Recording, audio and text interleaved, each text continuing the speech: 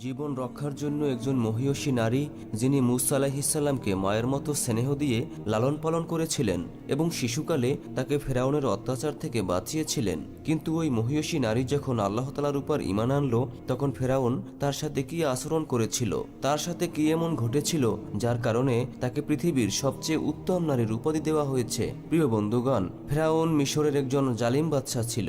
সে বনি ইসরায়েল সম্প্রদায়কে তার গোলাম বানিয়ে রেখেছিল এবং তাদের উপর জুলুমের পাহাড় চাপিয়ে দিয়েছিল। ফেরাউন অত্যন্ত অহংকারী রাজা ছিল।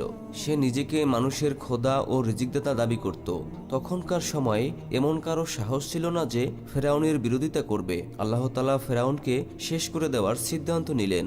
বনি ইসরায়েল সম্প্রদায়ের মধ্যে হযরত মূসা আলাইহিসসালামের জন্ম হয়। যখন হযরত মূসা আলাইহিসসালামের জন্ম হলো, সেই সময় ফেরাউন তাদের সৈন্যবাহিনীদের নির্দেশ দিয়ে রেখেছিল যে বনি ইসরায়েল সম্প্রদায়ের মধ্যে যে পুত্র সন্তান হবে তাকে যেন হত্যা করা হয়। এমন বিপদের সময় হযরত মূসা আলাইহিসসালামের আম্মাজান একটি সিন্দুকে রেখে মজবুত করে বন্ধ করে দিলেন এবং নীল দরিয়ায় ভাসিয়ে দিলেন। আল্লাহর কুদরতে সিন্দুকটি ভাসতে ভাসতে ফেরাউনের রাজমহলের কাছে চলে গেল। এমন সময় ফেরাউনের স্ত্রী আসিয়া নদীর পাড়ে দাঁড়িয়ে সৌন্দর্য উপভোগ করতেছিল। হযরত আসিয়াকে দেখতে যতটা সুন্দর ছিল, তার মানসিকতাও ততটাই সুন্দর ছিল। তিনি অসুস্থতার কারণে অনেক কষ্টে ছিলেন। ফেরাউন তাকে অনেক চিকিৎসা করিয়েছিল, কিন্তু কোনো ফলাফল পাওয়া যায়নি। বলা হয়ে থাকে, গণকেরা তাকে বলেছিল, হে ফেরাউন, আমরা ভবিষ্যৎবাণী করছি, এই নীলদরিয়া থেকে একটি মানুষ তোমার ঘরে প্রবেশ করবে। তার মুখের লালা এই অসুস্থ মানুষের শরীরে যদি মালিশ করা হয় তাহলে সে সুস্থ হয়েও যাবে।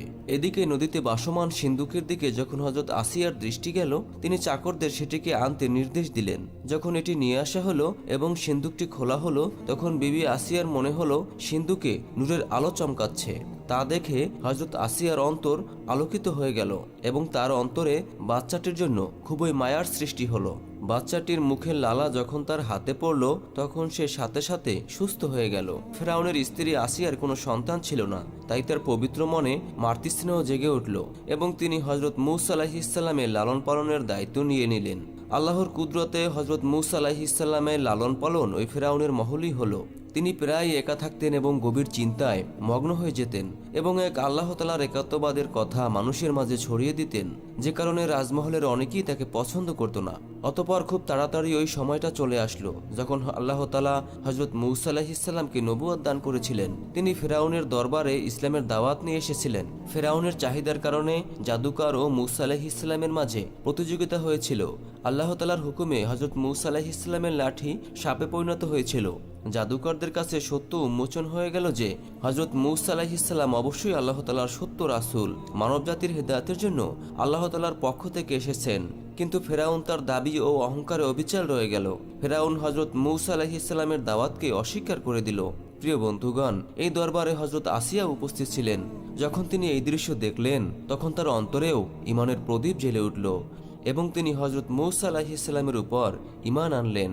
বিবি আসিয়া ফেরাউনের স্ত্রী ও রানী ছিলেন। তার কাছে বিপুল পরিমাণ ধন সম্পদ বিদ্যমান ছিল, কিন্তু তবুও তার মনে কোনো অহংকার ছিল না এবং অসহায় মানুষদের সাহায্য সহযোগিতা করতেন এবং মন খুলে দান খয়রাত করতেন। এর জন্যই তাকে উম্মুল মাসাকিন অর্থাৎ মিসকিনদের মা বলা হতো।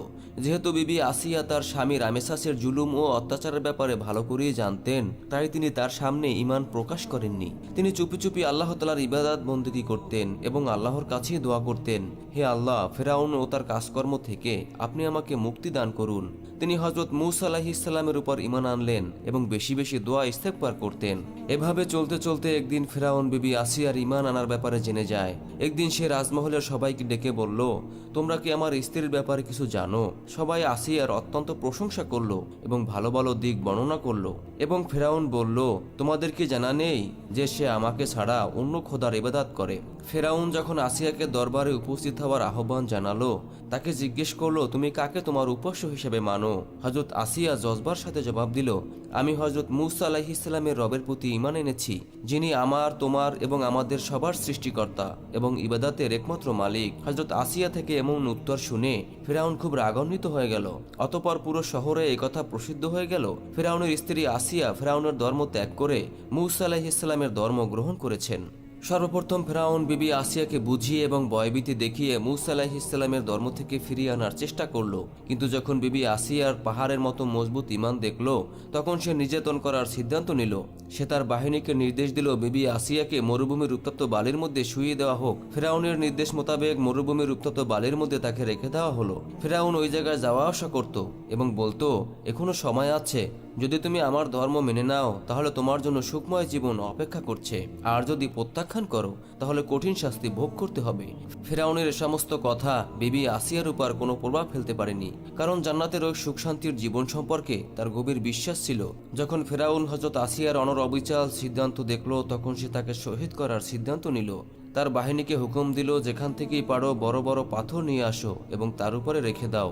অতঃপর যখন বাহিনীরা বড় বড় পাথর নিয়ে আসে এবং আসিয়াকে শুইয়ে দেয়, তখন তিনি আকাশের দিক তাকালেন এবং আল্লাহ তাআলা গোটা আকাশের পর্দা তার জন্য তুলে দিয়েছিলেন এবং জান্নাতকে এবং তার জন্য যে প্রসাদ বানানো হয়েছে তার সবকিছু বিবি আসিয়ার সামনে তুলে ধরলেন।